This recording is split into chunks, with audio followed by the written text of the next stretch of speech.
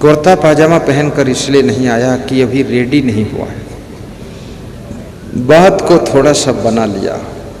बिगड़ी बात को बनाने की कला भी सीखो।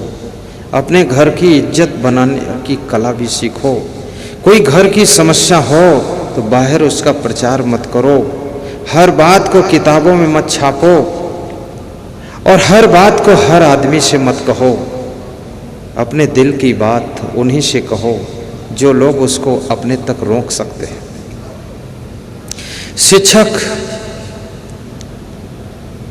जब ऐसी बात कहता है, विद्यार्थी संतुष्ट हो जाते हैं और शिक्षक अपने चेहरे पर भी दुख नहीं रखता है।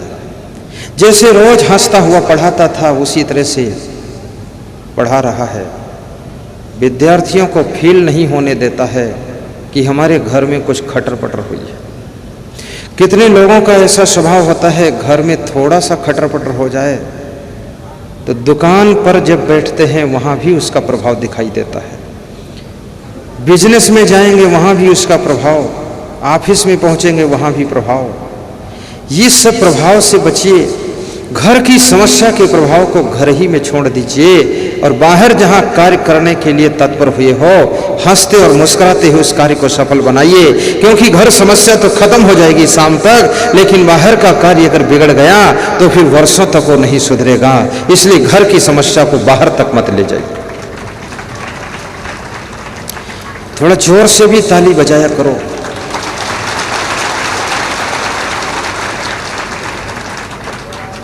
बहुत अच्छी बात है।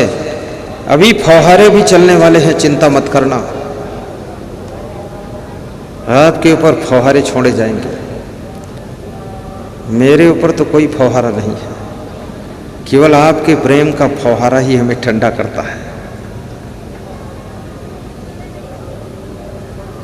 धन्य हो आप, कितनी श्रद्धा लेकर यहां बैठे हो। ये प्रेम की ही चुनौती है।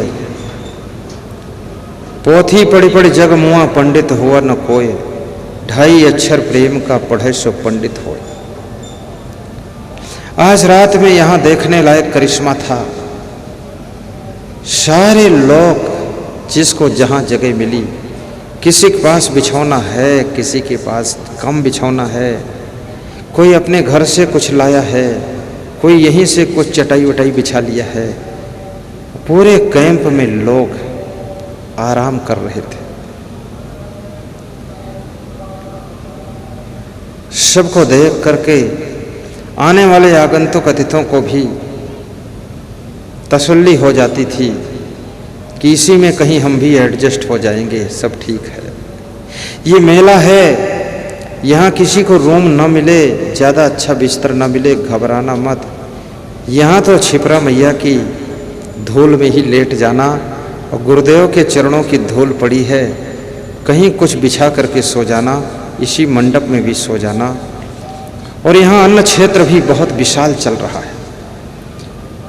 हमारे विधायक लालजी राम जी बताते थे कि 22 अप्रैल से अन्न क्षेत्र प्रारंभ हुआ है और ये 22 मई तक चलता रहेगा, एक दिन बाद तक चलेगा। सब मेला उजड़ जाए तो भी कोई भूखा प्यासा आ जाए तो यहाँ भोजन मिलेगा। कल 20,000 मेला यात्रियों ने यहाँ पर भोजन भंडारे का प्रसाद ग्रहण किया है और मुझे लगता है आज संख्या और ज़्यादा बढ़ जाएगी। और मेरी इच्छा है 50,000 लोग लास्ट तक यहाँ भोजन भाव करें।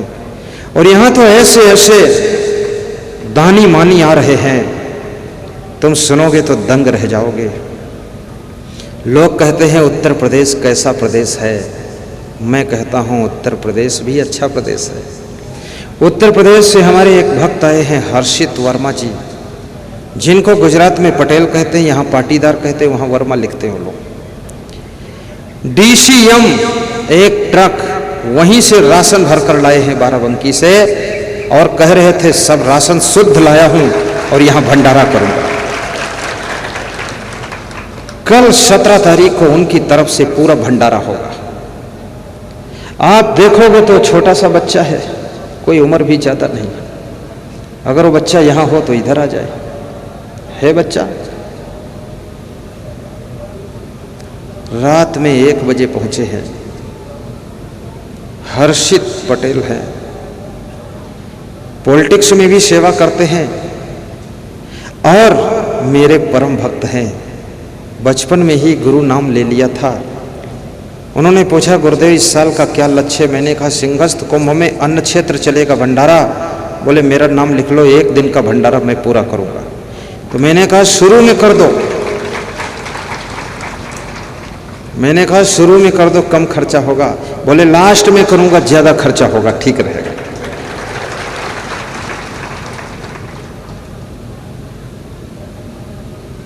यहां अन्न क्षेत्र भी सेवा के लिए खोला गया है। कोई मुझे पहचानता हो या न पहचानता हो, जानता हो या न जानता हो, इसकी कोई जरूरत नहीं। चाहे तुम किसी पंथ के हो, किसी जात के हो, किसी संप्रदाय के हो, किसी देश विदेश प्रदेश के हो, इससे भी लेना देना नहीं है। आप इंसान हो तो आओ जी, खाओ जी, और प्रवचन सुनो जी, मेला घूमो जी, और फिर आओ जी, फिर खाओ जी, तब घर जाओ जी।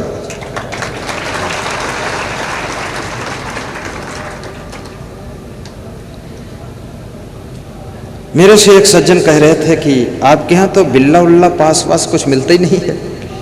हमने कहा यहाँ स्पेशल पास खुला है, चलते जाओ, जाते जाओ। हमारा धर्म हो सेवा, हमारा कर्म हो सेवा। जिसका लक्ष्य महान है उसका लक्ष्य कभी अधूरा नहीं रह जाता है। उसको पूरा करने के लिए सृष्टि की बहुत सी पवित्र आत्माएं सहयोग प्रदान करने लग जाती है। हमारा धर्म हो सेवा, गाओ ताली बजाकर। हमारा कर्म हो सेवा। बहुत सीरियस मत बैठना, हमारा ये मत सोचना लाइव टेलीकास्ट हो रहा है तो ऐसा मुंह बनाकर बैठूं। ना ना ना, तुम्हारा जैसा मुंह है वैसा ही रखो, अलग जैसा मत बनाओ। और मस्ती से गाओ, ताली बजाओ, हंसो और मुस्कुराओ। हमारा धर्म हो सेवा, हमारा कर्म हो सेवा, हमारा धर्म हो सेवा, हमारा कर्म हो सेवा। वाह वाह, जय हो। सेवा बहुत बड़ी सेवा है। ये सेवा स्वर्ग की सीढ़ी है, सेवा शांति का पथ है, और सेवा त्याग का पथ है। और सेवा करने वाले को जो आनंद मिलता है वो कभी कहीं पैसे से भी नहीं मिल सकता है। सेवा करो।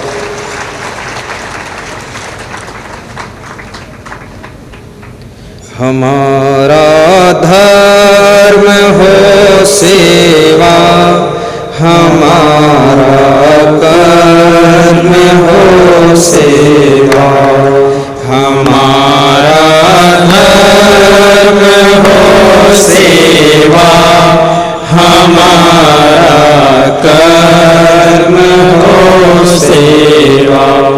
सदा सत्संगियों में मिल हमें सेवक बना जाना। सदा सत्संगियों में मिल हमें सेवक बना जाना। सदा सत्संगियों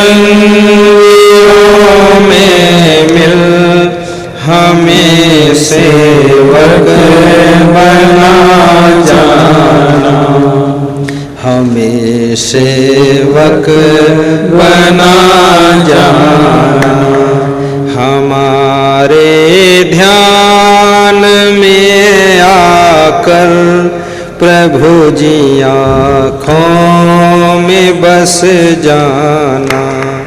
हमारे ध्यान में आकर प्रभु जी आँखों में बस जाना। प्रभु जी आँखों में बस जाना। जी आँखों में बस जाना। जय हो जय हो। आँखों में बसा लो अपने इष्ट गुरुदेव को। कोई सुरमा बेचने वाला सौदागर किसी गांव में गया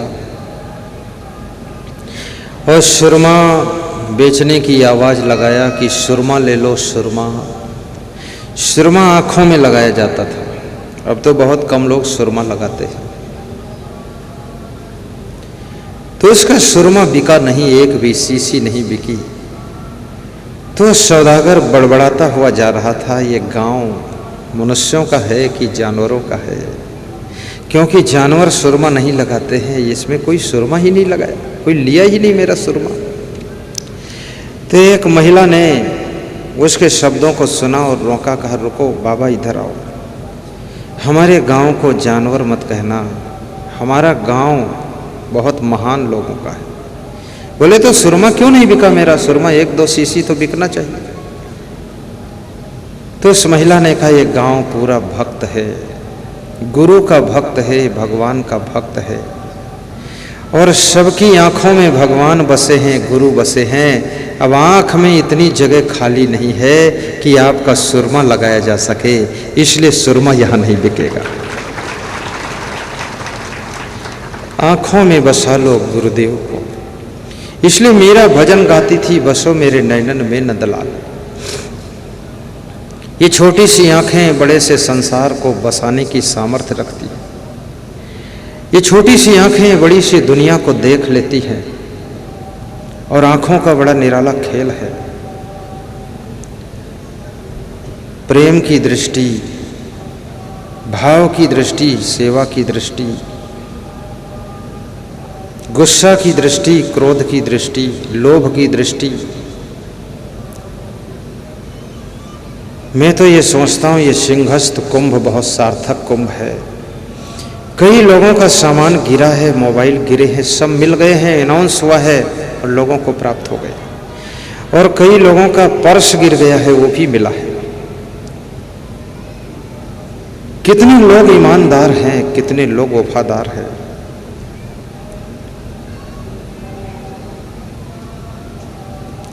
प्रेम की गंगा बहाना। शिक्षक स्कूल से घर वापस लौट रहा है और रास्ते में मुस्कुरा रहा है। क्या संसार है। ये वही माँ है जिसने अपने आंचल का दूध पिलाया था, ये वही माँ है जिसने गोद में खिलाया था, ये वही माँ है जिसने 9 महीने पेट में रखा था। आज ये वही माँ है जिसने मेरा पाजामा उठाकर फेंका है। सुबह जो इंसान आपको मिलता है वो इंसान दोपहर में चेंज हो जाता है, शाम को फिर चेंज हो जाता है। ये मत सोचना आदमी का शरीर तो वही रहता है, संस्कार बदलते हैं। महात्मा बुद्ध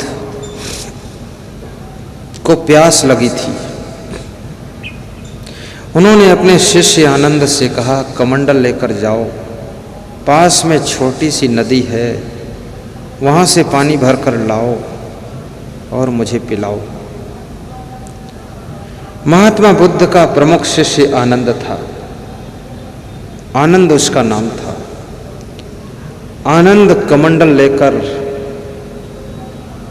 जाता है।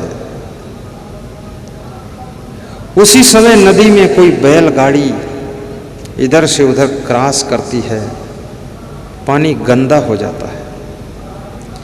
गंदे पानी को देख करके आनंद खाली कमंडल लेकर बुद्ध के पास वापस आता है और कहता है भगवान पानी पीने लायक नहीं था, गंदा था, इसलिए पानी में लाया नहीं हूँ। बोले क्यों? कहा बैलगाड़ी निकली थी, पानी गंदा था।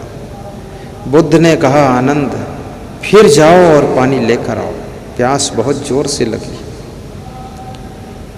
आनंद गया और वहाँ देखा पानी निर्मल है और पानी में कमंडल डुबाकर पानी भरकर प्रेम से लाया, बुद्ध को पिलाया। तो बुद्ध मुस्कराते हैं और कहते हैं आनंद ये जैसे नदी बैलगाड़ी निकलने से गंदी हो गई थी और थोड़ी देर के बाद फिर वो निर्मल हो गई, ऐसे संसार के लोग भी जब उनके मन की नदी में, अंतःकरण की नदी में काम क्रोध लोभ मोह की बैलगाड़ी कभी कभी निकल जाती है तो अंतःकरण गंदा हो जाता है, लेकिन फिर थोड़ी देर के बाद निर्मल हो जाता है।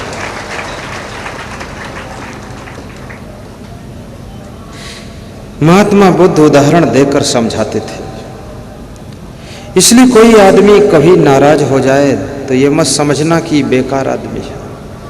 कभी किसी बात से उसको दुख लग गया, थोड़ा आपसे असंतुष्ट दिखाई देगा, लेकिन एक बात याद रखना, जहाँ प्रेम होता है वहाँ आदमी असंतुष्ट हो सकता है, लेकिन आपसे द्वेष नहीं कर सकता है। दुखी हो सकता है पर आपसे नफरत नहीं कर सकता है। दुख हो जाएगा उसको और दुख में कुछ बोल भी देगा, लेकिन आपसे द्वेष नहीं होगा।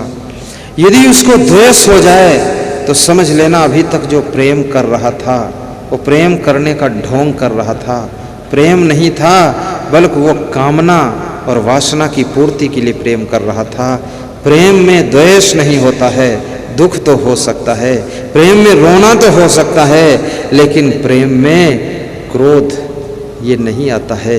याद रखना, प्रेम की बहार निराली होती है, इसलिए प्रेम में कभी दुख हो जाए तो भी दिल को थाम लेना और थोड़ा इंतजार कर लेना, थोड़ी देर के बाद सारा माहौल ठीक हो जाएगा। बहुत मार्मिक बातें हैं। शिक्षक मुस्कुराता हुआ घर को आ रहा है। समस्याओं के बीच में भी मुस्कुराना सीखो, कांटों की गोद में गुलाब जैसे खिलना सीखो, दुखों के बीच में भी हंसना सीखो, गरीबी में भी अमीरी जैसा आनंद में रहना सीखो। सब कुछ खो गया हो फिर भी अपनी मस्ती को बचाकर रखना सीखो। मयूर के पास में कुछ भी नहीं है, दूर कहीं बादल गरजते हैं, मयूर नाचना शुरू कर देता है। ऐसे आपकी जिंदगी में भी कुछ हो न हो, लेकिन मस्ती रहनी चाहिए, नृत्य रहना चाहिए, आनंद रहना चाहिए और आपकी जिंदगी में हंसी खुशी बनी रहनी चाहिए। क्योंकि जिसके जीवन की हंसी खुशी विदा हो जाती है तो समझो अब डेड बॉडी हो गया है, अब कुछ बचा नहीं है। मुर्दा न हंसता है न खुश होता है, पड़ा रहता है।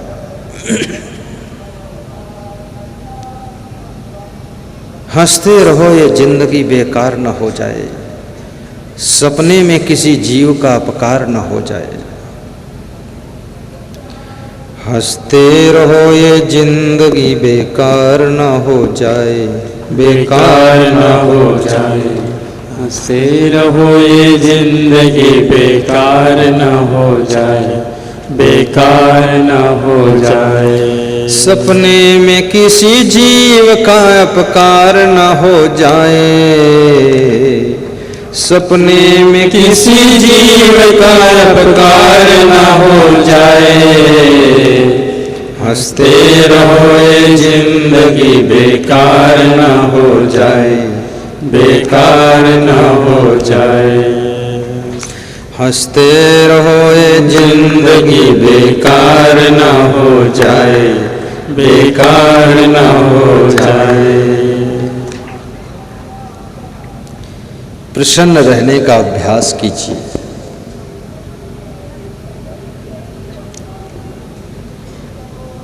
जब तुम हंसते हो तुम्हारे शरीर में, बॉडी में एंडोर्फिन्स केमिकल बनता है और वो केमिकल ऐसी सामर्थ्य रखता है कि आपके शरीर में रोगों से लड़ने की शक्ति प्रदान करता है।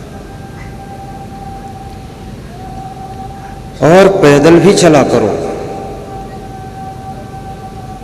और पैदल धीरे चलने से कोई फायदा नहीं होगा, तेज चाल में चलो।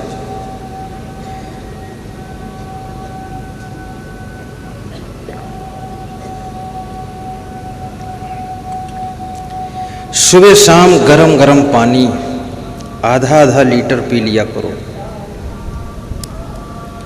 उससे आपके किडनी में जो स्टोन बना है वो भी निकल कर बाहर हो जाएगा और भविष्य में कभी भी पथरी स्टोन नहीं बनेगा। गरम गरम पानी मैं पीता हूँ, लेकिन इसलिए नहीं पीता हूँ कि हमारे स्टोन बना है, बना कुछ नहीं, लेकिन उसको पीने से गर्म पानी समस्त बॉडी के इन्फेक्शन को खत्म कर देता है,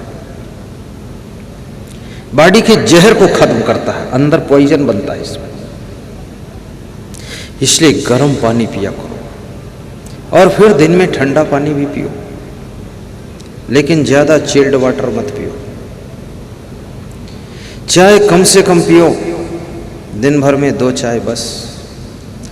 कितने लोग कहते हैं भोजन मिले न मिले, चाय नहीं मिलेगी तो जी नहीं सकता। 2 कॉफ़ी पी लो बस, काफ़ी है। ये 12-12 चाय पीने से आपका लीवर भी डैमेज हो जाएगा। चाय में हल्का नशा होता है जो आपके शरीर को जोश में लाता है, इसलिए चाय पीने वाले जल्दी चाय छोड़ नहीं पाते। लेकिन चाय नशा नहीं है, चाय नाश्ता भी है। तुम्हें पूरा छोड़ने को तो नहीं कहता हूँ, लेकिन इतना जरूर है, मात्रा कम रखिए। और सवेरे यदि उपलब्ध हो जाए तो मूली खाइए, गाजर खाइए, और ऐसा भी नहीं 10 मूली खा लो, बस 1 मूली, बड़ी मूली है तो आधी मूली, और गाजर भी चबा चबा कर खाइए। चुकंदर खाइए, सलजम खाइए, 1 टमाटर खा लीजिए, 1 केला खा लीजिए, थोड़ा पपीता खा लो, थोड़ा जाम फल अमरूद खा लो। ये सब मिलाकर थोड़ा थोड़ा खा लो और आधा घंटे तक फिर कुछ मत खाओ। ये पेट का सबसे बड़ा इलाज है। फिर पेट में कब्जियत नहीं रहेगी, पाचन तंत्र स्ट्रांग हो जाएगा और भूख ऐसी लगेगी कि तुम्हारे पेट में भस्मासुर पैदा हो जाएगा, जबरदस्त। फिर रोटी भी हजम हो जाएगी। और भोजन खाने के बाद फल वल मत खाइए तुरंत कुछ, वो नुकसान करेगा आपको। गरम गरम भोजन, ठंडे फल ऊपर डाल रहे हो। भोजन खाने के बाद कुछ मत खाइए, बस थोड़ा आराम जरूर करिए, आधा घंटे। और आराम अगर नहीं करने को मिल रहा है तो फिर कम खाइए। और अगर नींद आती है थोड़ा आधा घंटे सो भी लीजिए। एक सज्जन कह रहे थे सुबह योगा करता हूँ, उसके बाद नींद आती तो क्या करूँ? तो हमने कहा क्या कोई टैक्स पड़ता है, सो जाओ, प्रचार क्यों करते हो? बोले सुबह सोना मना है। तो हमने कहा बताओ मत किसे, सो जाए करो। अब नींद आ रही है तो सो जाओ थोड़ा। एक सज्जन ने मुझसे कहा ध्यान हमें सिखा दो। तो मैंने कहा मैं बैठकर ध्यान सिखाता ही नहीं हूँ, मैं तो लेट कर सिखाता हूँ। तो लेट जाओ तुम। और लेट कर उसको ध्यान सिखाया, वो 2 घंटे सोता रहा। 2 घंटे बाद उठा, बोला जैसा सुख आज मिला ऐसा कभी नहीं मिला। तो हमने कहा ध्यान में थे कि नींद में? बोले कुछ पता ही नहीं चला कहाँ थे हम।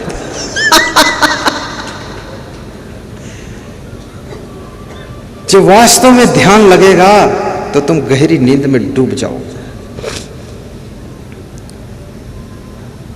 अगर तुम जागने के लिए ध्यान कर रहे हो, सीधे बैठने का ध्यान कर रहे हो, तो आत्मा परमात्मा का ध्यान हुआ कहाँ? इसलिए ध्यान हमेशा लेट कर करिए, जिसको रिलैक्स मेडिटेशन कहते हैं। आराम से लेट जाइए और तकिया मत लगाइए, ना ठंडा लगे ना गर्म लगे। और मच्छर मच्छियाँ हो तो मच्छरदानी लगा लो, उसके अंदर रहो। हाथ पांव ढीले कर दो, मुर्दे जैसे पड़े हो जाओ। मुर्दा नहीं हो लेकिन मुर्दा जैसे। आंखें बंद कर लो, लंबी सांस ले लो, सब सोचना बंद कर दो, विचार बंद कर दो। और गहरी नींद अगर आ रही है तो उसको भी रोको मत। नींद नहीं आ रही तो बुलाओ मत, और फिर ध्यान में डूब जाओ। जब ध्यान की गहराइयों में पहुंचोगे तो आप महातुरी अवस्था में चले जाओगे, जहां पर शरीर गहरी नींद में सो जाएगा। उसके बाद जब आंख खोलेगी तो आपकी पूरी बॉडी रिलैक्स होगी, मन रिलैक्स होगा और आपको ऐसे सुख की अनुभूति होगी जो जिंदगी में कभी नहीं हुई है। इसलिए लेट कर ध्यान करो। लेकिन ऐसे समय में मत करना कि ट्रेन छूटने वाली हो, ध्यान लगा रहे। थोड़ा टाइम भी फ्री होना चाहिए और ज्यादा आपाधापी की जिंदगी भी मत जियो, ऐसा नम्र निवेदन है। थोड़ा आनंद से भी रहना सीखो। समय निकाल कर सत्संग में भी जाया करो। कितने लोग सत्संग में आते हैं तो घोड़े की पीठ पर बैठ कर आते हैं और मेरे निवास के पास घोड़ा खड़ा करते हैं और कहते हैं मिले तो मिले, नहीं तो जा रहा हूं। तो मैंने कहीं घोड़ा मेरे ऊपर न चढ़ा देना। इतनी धमकी से सूचना आती है अंदर कि गुरुजी नहीं मिलेंगे तो तुरंत जा रहा हूं। मैंने कहा कि ऐसी भक्ति से भी भगवान बचाए। ये किस मॉडल की भक्ति है? ये धमकाते हो गुरुजी को। थोड़ा तसल्ली रखो।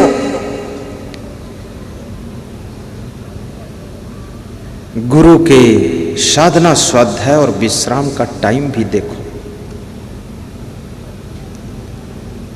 दूर से भी उनका दर्शन कर लिया करो और समय लेकर नजदीक भी बैठकर बातें कर लिया करो और उनका प्रवचन भी ध्यान से सुन लिया करो।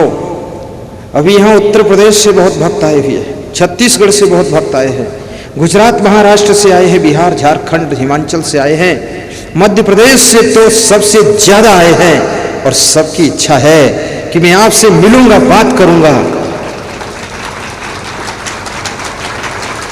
सब मेरे से बोलना चाहते, बात करना चाहते हैं, लेकिन यहां आकर भीड़ को देखकर सब अपने आप को समझा लेते हैं। केवल आंखों से देख लो, बात नहीं हो सकती है। अब जिंदगी में दोबारा मिलेंगे तब बात होगी। सब समझदार हैं।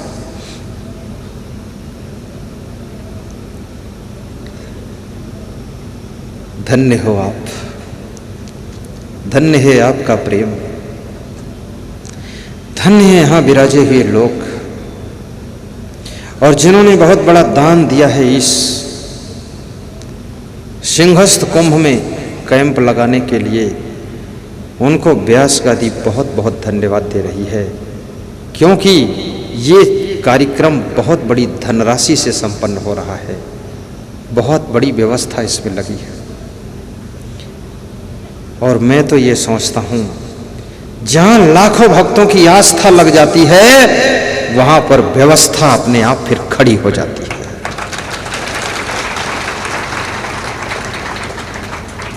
व्यवस्था को जन्म देने वाली आपकी आस्था है।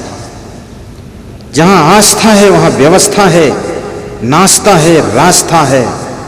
और जहां आस्था नहीं रह जाती है वहां न नाश्ता है, न रास्ता है, न कोई वास्ता है, न कोई व्यवस्था है।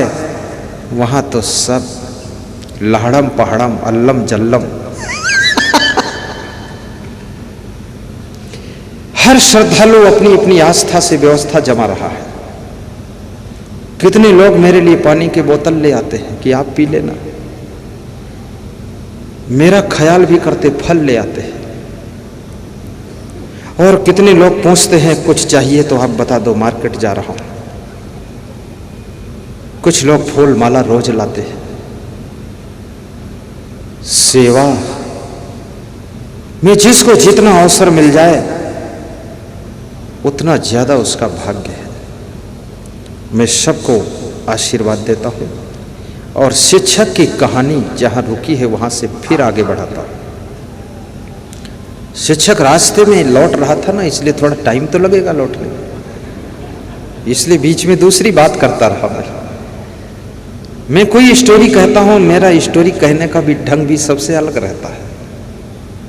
कहाँ कितना रुकना है, कोई रास्ते में आ रहा तो उसको टाइम लग जाएगा ना। अब शिक्षक घर पहुंच गया है, अब फिर से कहानी पकड़ो आप। शिक्षक द्वार पर देखता है कि मेरी माँ बैठी हुई है और माँ अपने बेटे को देखकर मुस्कराती है।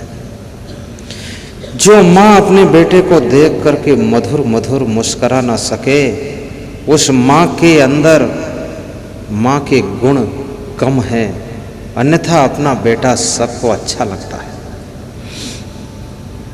एक गाय भी अपने बच्चे को देखकर खुश होती है और उसको चाट लेती है। जानवर भी अपने बालक से प्रेम करता है। इंसान होकर, नारी होकर, माँ होकर अगर अपने बालक से प्रेम न कर सको तो समझो जानवर से भी हम गए गुजरे हैं। जानवर ने बाजी मार ली और हमने बाजी हारी है। प्रेम करना चाहिए। माँ मुस्करा देती है, शिक्षक भी मुस्करा देता है और झुक करके माँ के पैर छूकर प्रणाम करता है, कहता है माँ सादर प्रणाम। माँ सिर पे हाथ रखती है।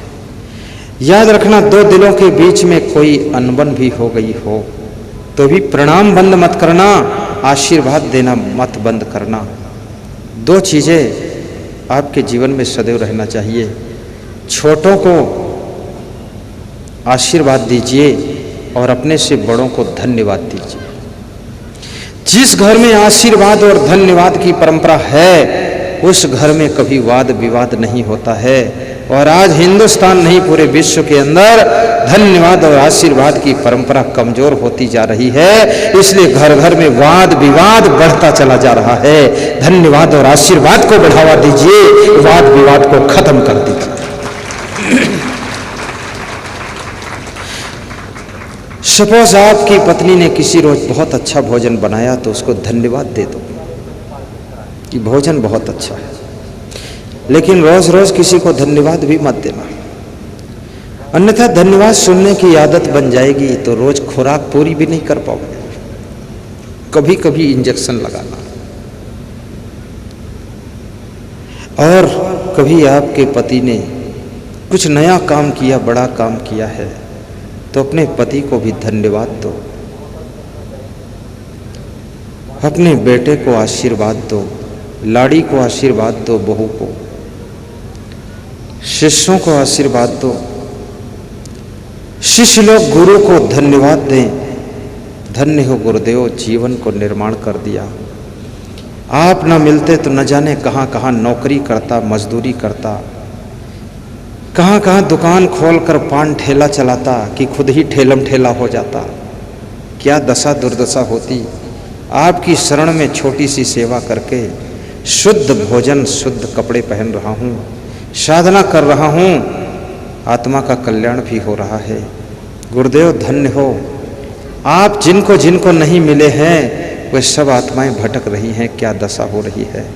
ऐसा गुरुवर को भी धन्यवाद देना और कहना कि धन्य हो जो आपकी वजह से हमारा जीवन सफल गया।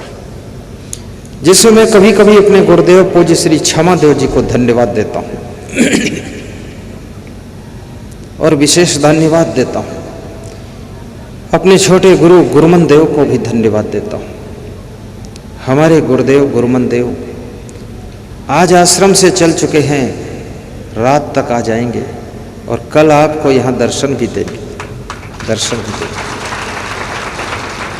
हमारे जो मुख्य गुरु श्री क्षमा देव जी हैं, कम से कम मैंने 101 बार उनसे निवेदन किया है कि आप भी आओ यहाँ चरण धूल रख दो, तो वे जवाब बड़ा अच्छा देते हैं, बोले तुम चरण धूल बना दो वहाँ। मैंने कहा आप गुरु हो, बोले तुम भी गुरु हो। तुमने कहा हम शिष्य हैं आपके, बोले हमारे शिष्य हो लेकिन किसी के गुरु हो, तुम ही चरण धूल करो, हम नहीं आ पाएंगे, शरीर कमजोर है। लेकिन मेरा आशीर्वाद है, खूब बड़ा भंडारा करो, खूब अच्छा सत्संग करो। और मैं रोज मोबाइल में तुमसे बात करना चाहता हूँ, तुम बिजी रहते हो, फिर भी 2-4 दिन में कर लिया करो। और मैं नहीं आ पाऊंगा, लेकिन मेरा आशीर्वाद सूक्ष्म रूप से पहुंचेगा, वहाँ के दर्शनार्थी श्रोताओं का भी कल्याण होगा और तुम्हारा भी कल्याण होगा और हमारे जितने शिष्य हैं सबका उद्धार होगा और ये कुंभ मेला सफल होगा। इसलिए मैंने इधर गुरुदेव के नाम से कुटिया बनाया है। कबीर कुटी, क्षमा कुटी, गुरमन कुटी। अब तुम किस कुटी में हो? कुटी में रहो तो त्रिकुटी खुल जाएगी आपकी। हाँ, कुटी उनके नाम से बना दिया। अपने अपने गुरु को भी धन्यवाद देना।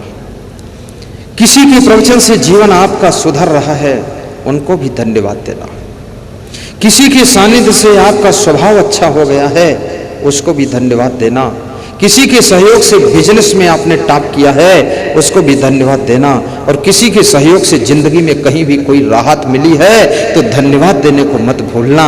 कहना कि धन्य हो जो आपकी वजह से हमको हेल्प मिली और उस हेल्प से आज मैं सेल्फ हो गया, अपने पांव खड़ा हो गया।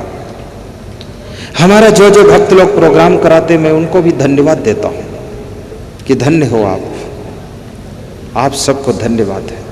क्योंकि प्रोग्राम कराना भी कोई छोटी मोटी बात नहीं। यहां पर जितने लोग बैठे हैं ये इधर, ऐसे तो मैं 29 वर्षों में कम से कम 5000 बड़े बड़े कार्यक्रम किया हूं। और याद रखना 29 वर्षों में छोटे छोटे कार्यक्रम करीब करीब 20-25 हजार किया हूं। बहुत कार्यक्रम किया हूं, चप्पे चप्पे घूमा हूं। और भक्तों की कुटिया में ही रहता हूं ज्यादा।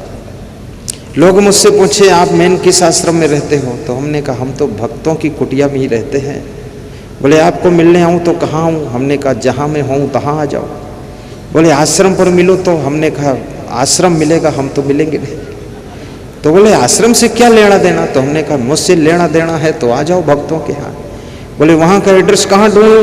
तो मैंने कहा आस्था भजन चैनल में रात 9 बजे मेरा प्रवचन आता है 20 मिनट, उसमें नीचे पट्टी लिख करके आती है कि मैं कहाँ हूँ, जहाँ हूँ वहाँ आकर के मिल लेना। वही सब बात हो जाएगी। धन्य है लोग। इसलिए गुरु के प्रोग्राम भी कराना चाहिए। जैसे आपके गांव से कितने लोग आए, मैं पूछता हूं, एक सज्जन को खड़ा करता हूं, पिंपरी राजा खड़े हो जाओ, औरंगाबाद सखाराम, तुम्हारे गांव से कितने लोग आए? 10 लोग आए, बैठ जाओ। जब मैं इनके गांव में गया था सत्संग करने के लिए तो 10,000 लोग सुन रहे थे और यहां 10 लोग आए। और ये वो बंदा है जिसने 20 कुंटल नुक्ति बना करके बांटा था। और ये वो बंदा है जिसने पूरे एरिया में सत्संग की लहर दौड़ाई थी। ये वो बंदा है सखाराम घोरपड़े जो कि इस कार्यक्रम में वॉलेंटियर लेकर के आए हैं। और इनके कुछ नियम हैं, व्रत हैं। ये रोज बंदगी जब करते हैं माला देकर और 1001 रुपया दान करके तभी बंदगी करते हैं। और इनका कहना है गुरुदेव घर चलाऊंगा, उसके बाद आपके उद्देश्य ही सफल बनाऊंगा और आधे महाराष्ट्र की जिम्मेदारी मेरी है, आपके ज्ञान का प्रचार प्रसार मैं करूंगा। ऐसा है। इसी श्रृंखला में बहुत से लोग हैं। विधायक लालजी राम जी ये मालवा क्षेत्र का पूरा प्रचार प्रसार का बीड़ा उठाते हैं। जिसका नाम लो उस पर कैमरा घुमा देना।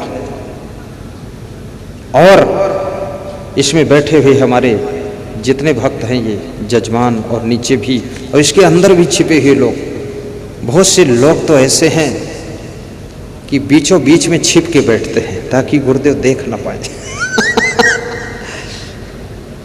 लेकिन याद रखना जब वर्षा होती है तो बूंदें सबके ऊपर पड़ जाती हैं। जब गुरुदेव की कृपा बरसती है तो कोई भी वंचित नहीं रह जाता है, चाहे छिपा बैठा हो चाहे जहां बैठा हो, सबके ऊपर आशीर्वाद बरस जाता है। मैं अपने संतों को भी धन्यवाद देता हूं जो कि यहां पर सिंहस्थ में शायद इनको जिंदगी में इतना बड़ा परिश्रम पहली बार पड़ा हो। संतों का जब चेहरा देखता हूं तो ऐसा लगता है खुश तो बहुत हैं लेकिन थके बहुत हैं, दिन रात चलते रहते हैं। ये मेरी टोली जो है ये प्रोग्राम मैं नहीं कर पाता, ये मेरे संत लोगों की हिम्मत पुरुषार्थ डटे हैं। जहां जिसको सेवा मिली है अडिग रूप से कार्य करते हैं, अपनी सामर्थ्य का प्रयोग करते हैं। ये विश्व कल्याण तपोभूमि आश्रम मुस्तफाबाद कबीर धाम लखीमपुर खीरी नेपाल बॉर्डर से आई है। इसको मैं बहुत बहुत आशीर्वाद देता हूँ और हमारे सभी शिष्य समर्पित हैं, महान हैं, और मैं इनको कहूँगा कि तुम्हारी सामर्थ्य से सेवा कर रहे हो और इसका पुण्य तुम्हारे जीवन को धन्य बनाएगा। और ये जो आए हुए श्रद्धालु लोग हैं, इनकी आत्माएं खुश होकर के यहाँ से लौटेंगी, तो इनकी खुशियों से ही तुम्हारा जीवन धन्य हो जाएगा। दूर दूर से आए हुए भक्तगण, इनको सबको धन्यवाद देता हूँ। जो कभी जमीन पर सोए नहीं थे, डबल बेड पर सोते थे, आज यहाँ बेड ही गायब है। वो जमीन की बेड में सोते हैं ऊपड़ खपड़ में।